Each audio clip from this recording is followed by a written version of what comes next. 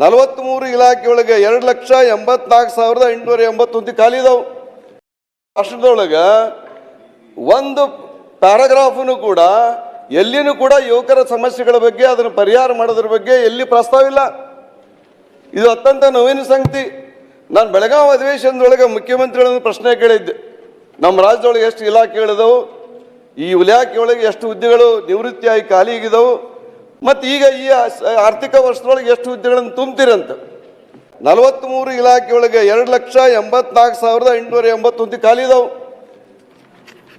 ಮತ್ತು ಇಷ್ಟೊಂದು ದೊಡ್ಡ ಸಂಖ್ಯೆಯೊಳಗೆ ಖಾಲಿ ಇದ್ದಂಥ ಹುದ್ದೆಗಳ ಬಗ್ಗೆ ಈ ರಾಜ್ಯಪಾಲರ ಒಳಗೆ ಎಷ್ಟು ನೇಮಕಾತಿ ಮಾಡ್ತೀವಿ ಏನನ್ನೋದು ಕೂಡ ಏನು ಇದು ಪ್ರಸ್ತಾವ ಮಾಡಿಲ್ಲ. ಇದು ಶಾಲಾ ಶಿಕ್ಷಣ ಇಲಾಖೆಯೊಳಗೆ 79,694 ಶಿಕ್ಷಕರ ಹುದ್ದೆ ಖಾಲಿ ಇದಾವೆ. ಉನ್ನತ ಶಿಕ್ಷಣ ಇಲಾಖೆಯೊಳಗೆ 13,599 ಖಾಲಿ ಇದಾವೆ.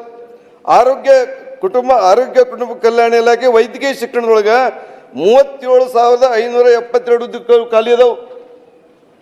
ನಾನು ಸರ್ಕಾರವನ್ನು ಪ್ರಶ್ನೆ ಮಾಡ್ತೀನಿ, ಗುಣಮಟ್ಟದ ಶಿಕ್ಷಣ ಕೊಡಬೇಕಂತ ಗುರಿ ಇರುವಾಗ ಇಷ್ಟೊಂದು ಶಿಕ್ಷಕರ ಹುದ್ದೆ ಖಾಲಿ ಇದಾವೆ ಮತ್ತು ಇಷ್ಟೊಂದು ಕೆಲಸ ಶಿಕ್ಷಕರೇ ಇಲ್ಲಂದ್ರೆ ಗುಣಮಟ್ಟದ ಶಿಕ್ಷಣ ಯಾವ ಒಳ್ಳೆ ರಿಸಲ್ಟನ್ನು ಹೆಂಗೆ ನೀವು ಎಕ್ಸ್ಪೆಕ್ಟ್ ಮಾಡ್ತೀರಿ? ಇದು ಭಾಳ ವಿಷಾದಕರ ಸಂಗತಿ. ಇದರೊಳಗೆ ಏನು ಬರೆದಿಲ್ಲ. ನಮ್ಮ ಮಧು ಬಂಗಾರಪ್ಪನವರು ಶಾಲಾ ಶಿಕ್ಷಣ ಸಚಿವರು ಎಲ್ಲಿ ಹೋದಲ್ಲ ಪ್ರತಿ ಜಿಲ್ಲೆಯೊಳಗೆ ಈ ಬಾರೇನೋ 15,000 ಅಲ್ಲಿ 25,000 ಹುದ್ದೆ ತುಂಬ್ತೀವಂತೆ. ಅದ್ರ ಬಗ್ಗೆ ಒಂದು ಸೆಂಟೆನ್ಸ್ ಕೂಡ ಈ ರಾಜ್ಯಪಾಲರ ಭಾಷಣದೊಳಗಿಲ್ಲ. ಈ 36 ಯೂನಿವರ್ಸಿಟಿ ಒಳಗೆ ಪ್ರೊಫೆಸರ್ ಹುದ್ದೆ ಎಷ್ಟು ಖಾಲಿ ಇದಾವಪ್ಪ ಅಂದ್ರೆ 14,677. ಸೊ ಇಷ್ಟೊಂದು ಹುದ್ದೆಗಳು ಯೂನಿವರ್ಸಿಟಿ ಒಳಗೆ ಖಾಲಿ ಇದಾವೆ. ಇದ್ರ ಬಗ್ಗೆ ಏನು ಇದರೊಳಗೆ ಪ್ರಸ್ತಾಪ ಇಲ್ಲ. ಇವತ್ತು ಏನಾಗಿ ಬಿಟ್ಟಿರ್ತಾರೆ ಯೂನಿವರ್ಸಿಟಿ ಕಂಪ್ಲೀಟ್ ಗೆಸ್ಟ್ ಟೀಚರ್ ಮ್ಯಾಗ, ಡಿಗ್ರಿ ಕಾಲೇಜು ಅಷ್ಟೇ, ಯೂನಿವರ್ಸಿಟಿನೂ ಅಷ್ಟೇ, ಬರೀ ಗೆಸ್ಟ್ ಟೀಚರ್ ಮ್ಯಾಗ ಇವತ್ತು ನಡೀತದೆ. ಮತ್ತು ಎಲ್ಲ ಯೂನಿವರ್ಸಿಟಿ ಒಳಗೆ ಸಂಶೋಧನೆ ಕೆಲಸ ಎಲ್ಲ ನಿಂತ್ಕೊಂಡೋಗಿದೆ. ನಾ ಇದನ್ನ ಯಾಕೆ ಪ್ರಶ್ನೆ ಮಾಡಾಕತ್ತೇನಪ್ಪ ಅಂದ್ರೆ, ಇತ್ತೀಚೆಗೆ ಪದವೀಧರ ಯುವಕರು ಸಭಾಪತಿಗಳೇ ತಮಗೂ ಗೊತ್ತದ, ಧಾರವಾಡದೊಳಗೆ 2 ಹುದ್ದೆ ಉಗ್ರ ಪ್ರತಿಭಟನೆ ಮಾಡಿದರು. ನೇಮಕಾತಿ ಪ್ರಕ್ರಿಯೆ ಪ್ರಾರಂಭ ಮಾಡಿ ಬಿಜಾಪುರದಲ್ಲಿ ಮಾಡಿದರು, ಬಾಗಲಕೋಟೆಯೊಳಗೆ ಮಾಡಿದರು. ಯುವಕರು ಎಷ್ಟು ನೋಡಿ, ಬೆಳಗಾವಿಯಲ್ಲಿ ನಡೆದಂಥ ಅಧಿವೇಶನದೊಳಗೆ ಸುಮಾರು 14 ವರ್ಷಗಳಿಂದ ನಮ್ಮ ರಾಜ್ಯದೊಳಗೆ ಶಿಕ್ಷಣ ಇಲಾಖೆಯೊಳಗೆ PE ಟೀಚರ್ ನೇಮಕಾತಿ ಆಗಿಲ್ಲ. ಅವರು ವಿಷ ತೊಗೊಂಡು ಕುಡಿತಾರೆ ಅಂತ ಕೂತ್ಕೊಂಡಿದ್ರು. SP ಅವರು ಪೊಲೀಸರೆಲ್ಲ ನಿಂತ್ಕೊಂಡಿದ್ರು.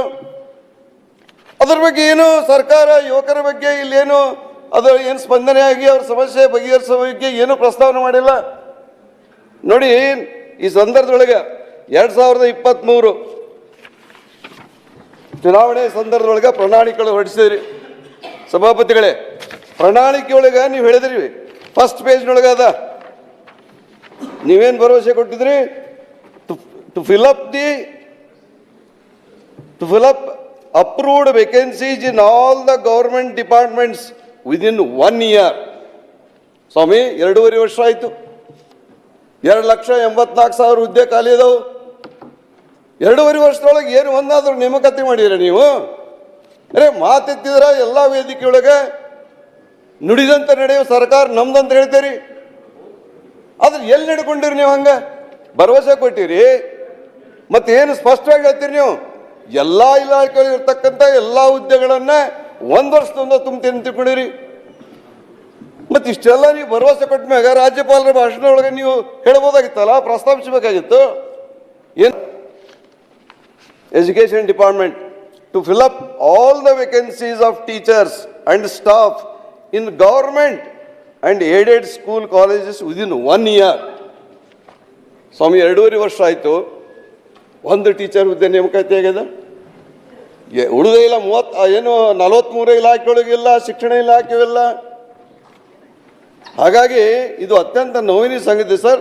ಯುವಕರ ಬಗ್ಗೆ ಸರ್ಕಾರ ಎಳ್ಳಷ್ಟು ಕಾಳಜಿ ಇಲ್ಲ ಅಂತ ತಿಳ್ಕೊಂಡು ಇದು ವ್ಯಕ್ತ ಆಗ್ತದೆ.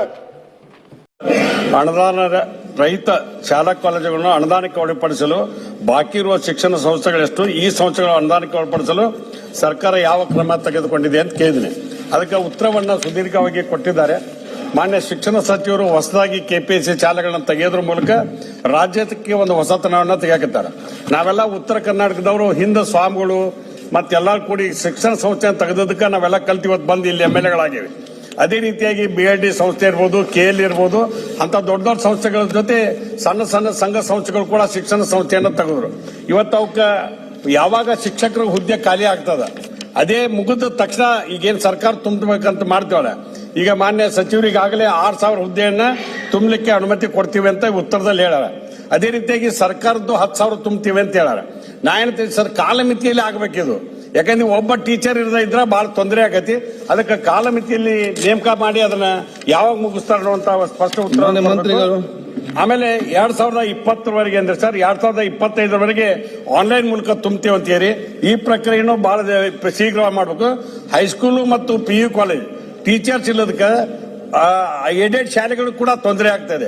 ಅದಕ್ಕೆ ಹುದ್ದೆ ಯಾವಾಗ ಖಾಲಿ ಆಗೈತಿ, ಈಗ ಹೆಂಗ್ ಸರ್ಕಾರ ತುಂಬ್ತೇವೆ ಅದೇ ಮಾದರಿಯಲ್ಲಿ ಖಾಸಗಿ ಅನುದಾನಿತ ರೈತ ಏಡೆಡ್ ಸಂಸ್ಥೆಗಳಲ್ಲಿ ಕೂಡ ತುಂಬತಕ್ಕಂಥ ಪ್ರಯತ್ನವನ್ನ ತಾವು ಮಾಡ್ಬೇಕನ್ನುವಂತ ಮಾತನ್ನ ಹೇಳಿ, ಶಾಲಾ ಶಿಕ್ಷಣ ವ್ಯವಸ್ಥೆಯಲ್ಲಿ ನೀವು ಏನು ಹೊಸ ಸುಧಾರಣೆ ತರಕತ್ತೀರಿ, ತಮಗೆ ಅಭಿನಂದನೆ ಹೇಳ್ತೇನೆ.